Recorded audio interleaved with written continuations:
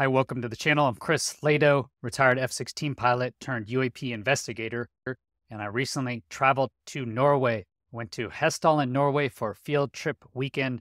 It's a conference they held in September to the famous spot of Hessdalen lights. Could we actually glimpse the phenomena? And we did, thanks to Carl Crusher. These are his night vision clips you see here. We saw flashing lights. So we recruited Couldn't a local identify. guy. We saw lights on the ground. Actually, Carl saw that. I'll go through his sightings. And then on the third night, we actually saw a long duration light on the horizon that we couldn't identify. So very excited to share this with you. Thank you for being here.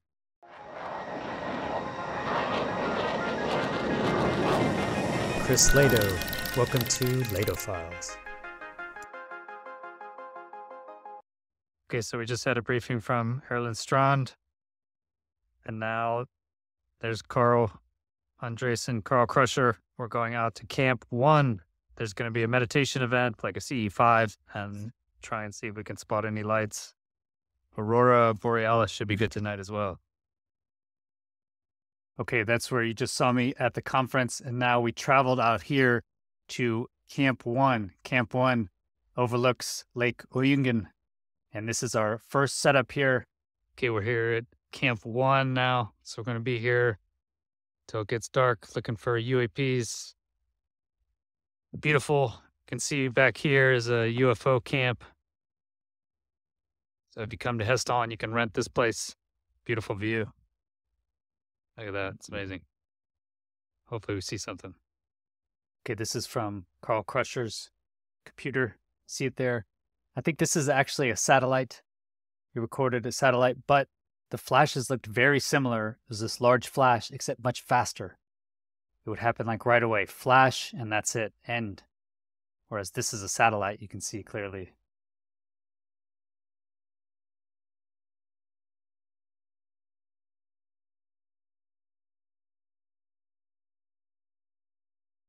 Maybe not clearly. It depends. Does it continue in a straight line? I believe it does. But what you hear is that satellite flare. So it'll rotate, it'll catch the glint of the sun, and then give a flare like that, a flash.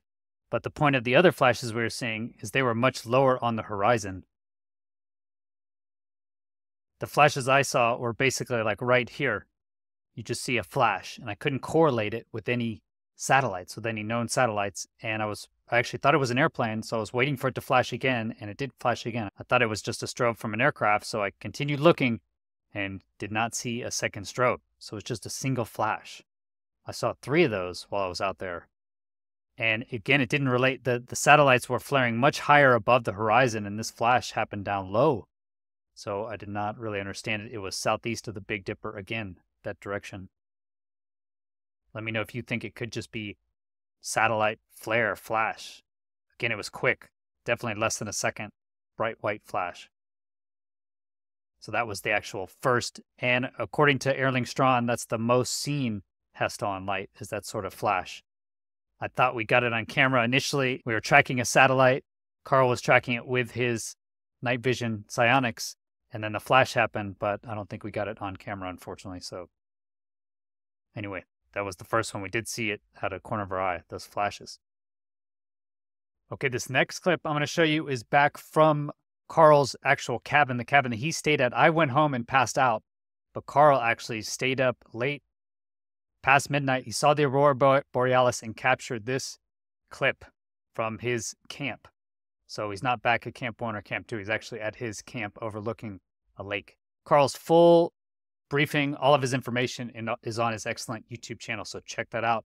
Okay, I'll read out Carl's testimony, the Hessdalen UAP landing, he calls it. In a few of the video clips in sequence, I was able to film a UAP appears within the lights of the Aurora Borealis and the bottom cup of the Big Dipper. After myself and Eric Rowe meditated and visualized a UFO visiting our exact location and landing on the ground coming from the North Star to us. It happened, Carl says. The UAP appears in the cup of the Big Dipper and then slowly floats down towards us, increases in size and brightness, and then floats down towards the lake at Hessdalen. It hovers in the air above the lake, and then a few moments later, a phantom light appears in the trees at the bank of the water. Birds on the water all started to alert and make noise, flapping their wings as if distressed or excited.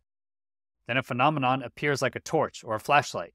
Scanning around in the trees and on the ground exactly where the orb in the sky had been traveling, this light appeared to change from scanning the environment in fast sweeping motions to a bright spotlight pointing outward in a direction. Then it would jump several meters up and across the hillside. It reminded me of the X-Men character Nightcrawler, who could teleport himself in a puff of bright smoke.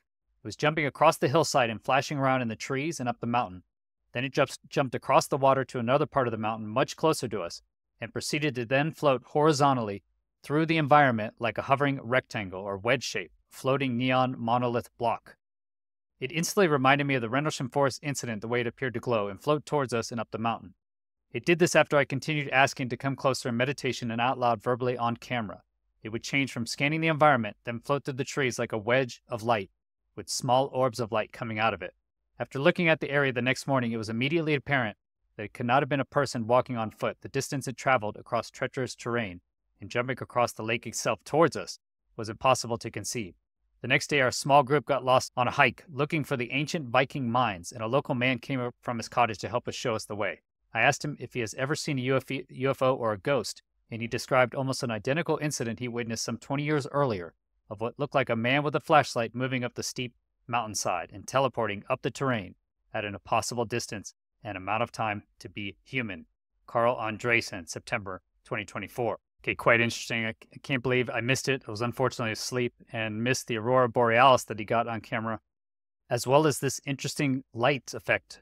Could it be related to the aurora borealis? He said it came out of the aurora borealis.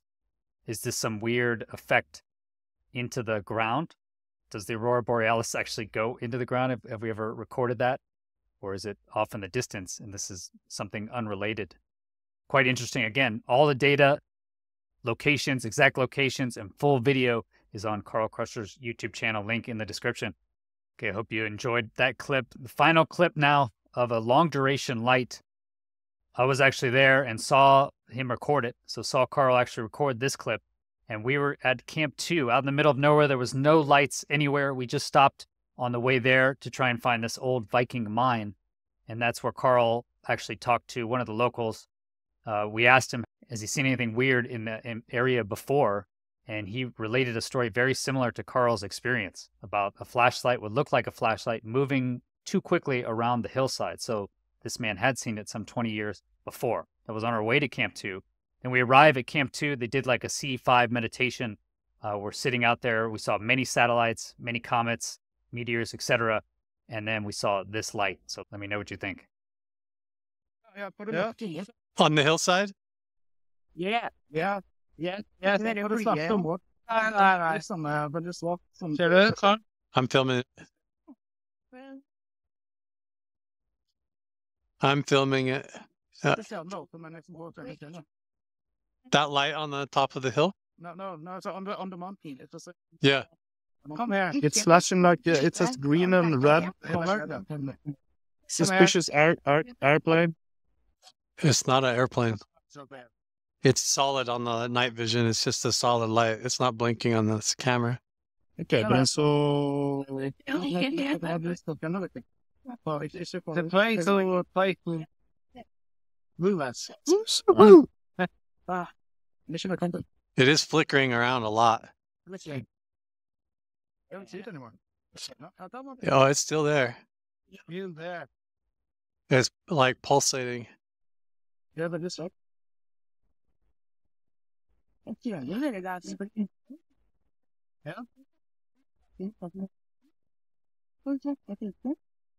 Yeah, vi talked about no. That one up is fine. Gone. I did like that. It's gone. I see it. I think It just drops. No, it disappeared. So it was obviously quicker than a star rotating out of view. Okay, so I'm basically laying down over here on the tundra to Carl's left as he's filming this light, and I saw it very clearly. It was brighter than Jupiter. Jupiter's on the other side of the horizon. And we also saw several airplanes flying over in that area, and it looked nothing like this. Initially, I thought it was an airplane, like an airplane landing light, right, pointed right at us. But you'll notice it doesn't change position, right? The coincidence of an airline coming in at that angle with the landing light out just doesn't make any sense at all. So it couldn't be an actual aircraft from what I could tell. couldn't be a planet. And actually, the way it actually goes out of sight here doesn't make sense either, based on the rotation. Just didn't make sense. Couldn't be a star, couldn't be a planet at that location. We checked everything, couldn't be an aircraft. So the only thing I can imagine is that it's something actually on the land, on the mountain there.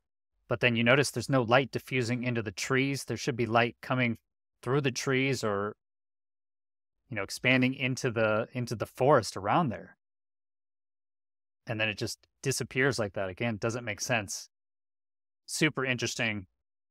Looks just like the Hessdalen light phenomena. I was standing right next to Magnus Holm as well, the technical director of Project Hessdalen. And he said, no, that is definitely anomalous. After all his years of experience, he said that we saw the Hessdalen phenomena. What did I feel like when I was looking at it? I was like, is that something I don't recognize? I didn't feel like I was looking at the Hessdalen phenomena, but I couldn't identify it as anything I knew, such as a satellite or an aircraft or a planet or a star. Just didn't make sense. Doesn't seem like it's on the ground either. It's not spreading out like you would expect, like a flashlight on the ground like we saw for the second example. So I think that's a great example of the Hessdalen lights. So excited I saw it. If you guys get a chance to go to Hessdalen, I think you'll have a great chance of actually seeing the phenomena. We had many other instances of people there seeing it. So I hope you enjoyed this video. I'm so glad I went to Hessdalen and actually did see the Hessdalen lights. And thanks to Carl so much. He recorded on camera with a night vision device. So awesome. So check out his channel when you get a chance. Thank you for watching. Please hit the like button. It really helps the channel. Consider subscribing. And a special thanks to all my patrons on patreon.com/Chris Lato. This trip to Hessdalen could not be possible without them, as well as YouTube members. Thank you so much, and please consider helping the channel. Again, couldn't be possible without your support. And in November, I'll be going on The Transcendence of Consciousness, Ancient Egypt Uncovered with Nick Cook, JP Haig, Mohammed Ibrahim, and Ross Coulthart, actually. Thanks again to patrons. Could not do it without you guys. And I will give up-to-the-date, real-time information on patreon.com/Chris Lato. So again, please sign up. Thanks again. Have a great day. Peace.